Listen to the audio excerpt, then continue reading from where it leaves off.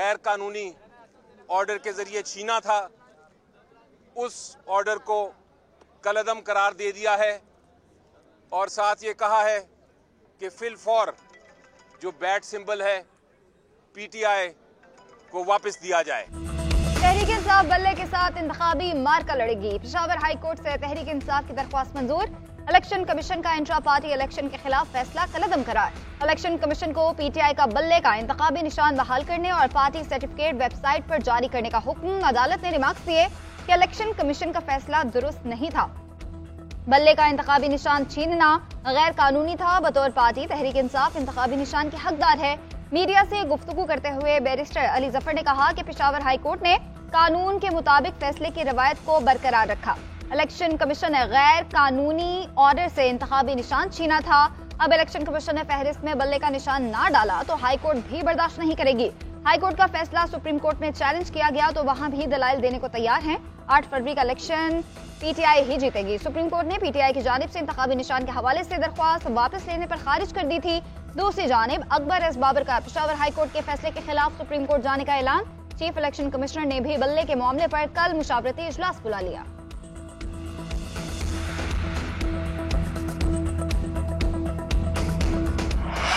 कौम को और पीटीआई की वर्कर सपोर्टर और कैंडिडेट को मुबारकबाद देता हूं कि अल्हम्दुलिल्लाह पेशावर हाई कोर्ट ने एक तारीखी फैसला दे दिया और बल्ले का निशान हमारा रिस्टोर हो गया है। सारे कवानीन में और आईन में दस्तूरों में कोई ऐसी गुंजाइश नहीं है कि किसी पॉलिटिकल पार्टी से इलेक्शन कमीशन उसका निशान ले ले। कल हम अनाउंस करेंगे अपने टिकटों का।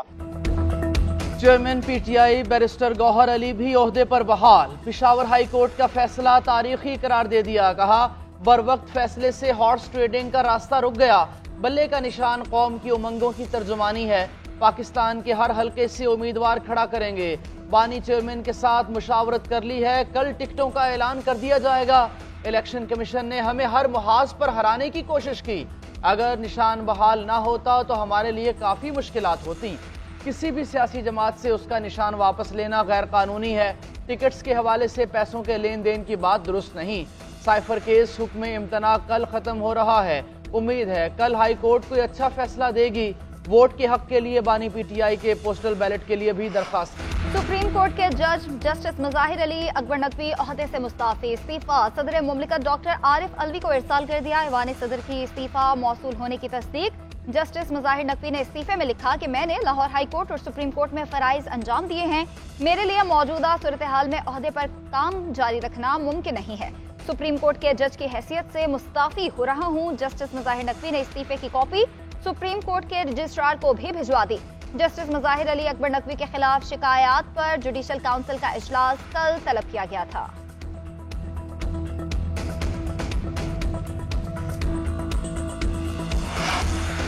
इख्तियारात का नाजायज इस्तेमाल किया, ना ही मिसकंडक्ट का मुर्तकिब हुआ। गुजरांवाला का प्लॉट जज बनने से पहले का है, असासों में जाहिर है। लाहौर कैंट में खरीदा गया घर टैक्स गोशवारों में जाहिर किया। जाहिद रफीक नामी शख्स को कोई रिलीफ दिया, ना ही उनके बिजनेस से कोई ताल्लुक है। जस्टिस मुजाहिर नकवी का तफसीली जवाब जुडिशल काउंसिल में जमा। इल्जामात की तरदीद मौक़िफ़ इख्तियार किया। काउंसिल में एक शिकायत कुनिंदा पाकिस्तान बार काउंसिल भी है। बार काउंसिल की शिकायत सियासी और पीडीएम हुकूमत की ईमा पर दायर की गई। 21 फरवरी को उस वक्त के वज़ीर आज़म शहबाज शरीफ से बार की मुलाकात हुई। उसी रोज बार ने शिकायत दायर करने की करारदाद मंजूर की। जस्टिस मुजाहिर नकवी ने अटॉर्नी जनरल की बतौर प्रोसिक्यूटर तैनाती पर भी एतराज कर दिया। शिकायत खारिज और कार्रवाई खत्म कराने की इस्तदा कर दी। साबिक सदर परवेज मुशर्रफ की सजाए मौत बरकरार। सुप्रीम कोर्ट के चीफ जस्टिस काजी फाइज ईसा की सरबराही में 4 रुकनी बेंच ने फैसला सुना दिया। खुसूसी अदालत की सजा दुरुस्त करार दे दी। फैसले में कहा परवेज मुशर्रफ की सजा के खिलाफ अपील की उनके वरसा ने पैरवी नहीं की। अदालत के पास सजा बरकरार रखने के सिवा कोई ऑप्शन नहीं। लाहौर हाई कोर्ट का खुसूसी अदालत को गैर कानूनी करार देने का फैसला भी कलअदम। सुप्रीम कोर्ट का कहना है लाहौर हाई कोर्ट का खुसूसी अदालत को कलअदम करार देने का फैसला कानून के मुनाफी था। चीफ जस्टिस ने कहा कि वरसा के हक के लिए कोई दरवाजा बंद नहीं करना चाहते। परवेज मुशर्रफ के साथ मुलविस तमाम अफराद के खिलाफ अदालती दरवाजे खुले हैं। सलमान सफदर ने मौक़िफ़ इख्तियार किया कि इमरजेंसी के निफाज में परवेज मुशर्रफ तनहा नहीं थे। वज़ीर आज़म, वज़ीर कानून, पार्लियामेंट और सुप्रीम कोर्ट के जजेस भी मुलविस थे। परवेज मुशर्रफ को सुने बगैर खुसूसी अदालत ने सजा दी। खुसूसी अदालत ने परवेज मुशर्रफ को 3 नवंबर 2007 के इक़दाम पर सजाए मौत सुनाई थी।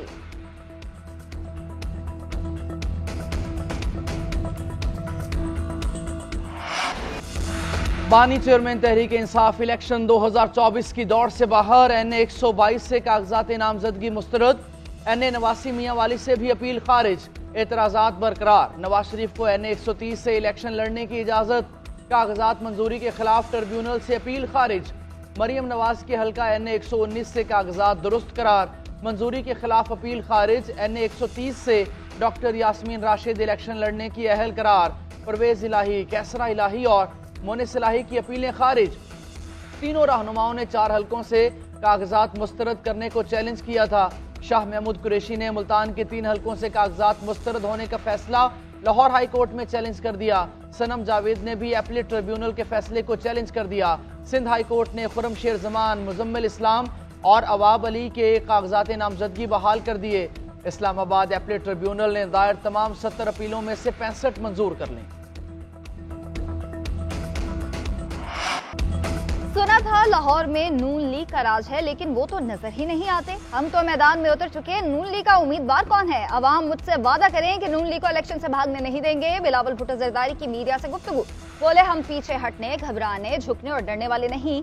वजीर आजम बना तो तनख्वाहों में इजाफा करूंगा, 300 यूनिट बिजली, मुफ्त मेयारी तालीम दूंगा, मुफ्त इलाज के इदारे कायम करके दिखाऊंगा।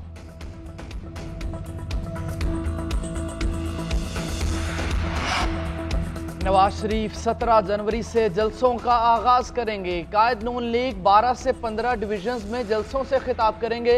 रहनुमा नून लीग राना सनाउल्लाह कहते हैं 17 जनवरी से इंतखाबी मुहिम का आगाज करेंगे। मरियम नवाज और शहबाज शरीफ के जलसों का प्रोग्राम भी फाइनल हो गया। हमजा शहबाज लाहौर समेत पंजाब के मुख्तलिफ अजला का इंतखाबी मुहाज संभालेंगे। दूसरी जानिब नून लीग के रहनुमाओं के दरमियान इख्तलाफात खत्म। जाती उमरा में नवाज शरीफ की ज़ेर सदारत इजलास शेख रुहेल असगर को बुलाया गया। नवाज शरीफ ने शेख रुहेल असगर और अयाज सादिक के दरमियान गिले शिकवे दूर करा दिए। नवाज शरीफ ने कहा किसी भी रहनुमा को नाराज नहीं किया जाएगा, पार्टी के लिए सबकी कुर्बानियां हैं, सबको मौका देंगे।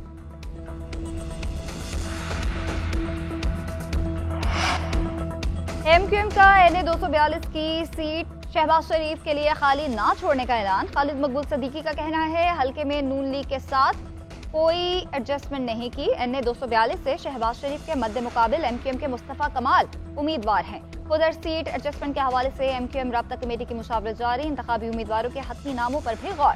कराची, हैदराबाद और सक्खर से कौमी और सूबाई असम्बली के उम्मीदवारों पर गौर किया गया।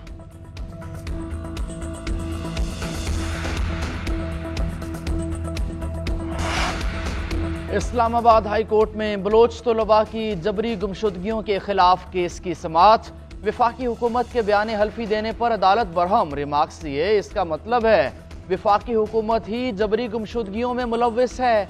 वजीर आजम ऑफिस वजारत दाखिला बयान हल्फी दें कि आइंदा कोई लापता नहीं होगा। कुछ बलोच वडेरे और सरदार वजारतें लेते हैं मगर काम नहीं करते। अदालत की बलोच मुजाहिरीन को सिक्योरिटी देने की हिदायत। समाअत 13 फरवरी तक मुलतवी। दहशतगर्दों के नाम भी लापता अफराद के तौर पर इस्तेमाल किए जा रहे हैं। लापता अफराद के मसले पर रियासत के खिलाफ मजमूम मुहिम चलाई जा रही है। निगरान वज़ीर इत्तलात बलोचिस्तान जान अचकज़ई की प्रेस कॉन्फ्रेंस बोले बलोचिस्तान में 2200 लोग वापस आए। सुप्रीम कोर्ट में जमा रिपोर्ट के मुताबिक लापता अफराद 10,000 हैं। उनमें से 8,000 केस हल हो चुके। 1400 अफराद जो लापता हैं वो या तो अगवा बराए तावान या खानदानी मसाइल पर लापता हैं।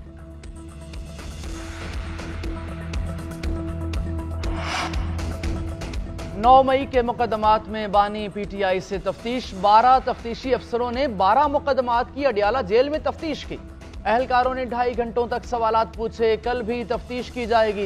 इस्तदादी दहशतगर्दी अदालत ने बानी PTI से 2 रोज़ा तफ्तीश की इजाज़त दे रखी है।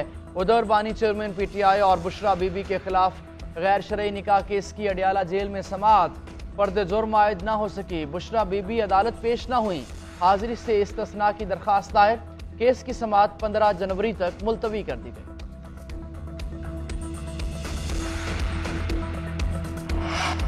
मौलाना फजल रहमान की इतनी हैसियत नहीं कि इंतखाबात मनसूख कराएं। सरबराह PTI परवेज खटक की प्रेस कॉन्फ्रेंस, बोले फिक्र न करें, मोहर लग चुकी, इंतखाबात जरूर होंगे, इंतखाबात मनसूखी का इख्तियार सिर्फ सुप्रीम कोर्ट के पास है, मेरा मंशूर और प्रोग्राम अलग है, किसी पार्टी से इत्तेहाद नहीं कर रहे।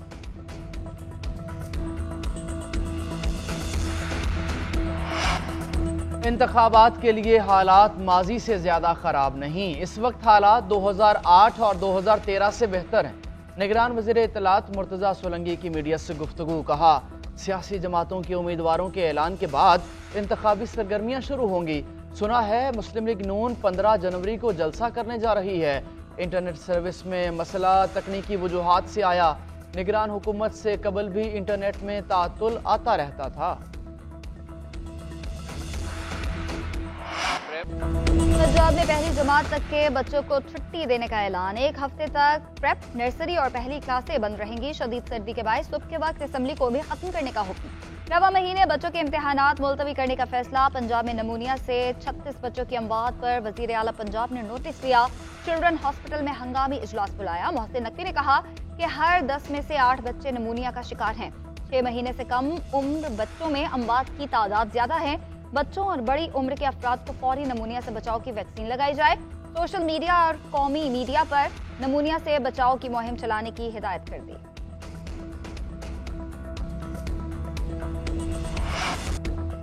काबीना ने जबरी गुमशुदगियों पर बनाई गई काबीना कमेटी की तश्कील 9 की मंजूरी दे दी। भंग के हवाले से control and regulatory authority ordinance की भी मंजूरी। निगरान वजीर आजम की जेर सदारत वफाकी काबीना का इजलास हुआ। पोलियो टीम्स की सिक्योरिटी पर मामूर एहलकारों की शहादत पर इजहार अफसोस फातिहा ख्वानी की गई। वजीर आजम ने कहा कि रियासत 14 के लवाहिकीन को कभी नहीं भूलेगी।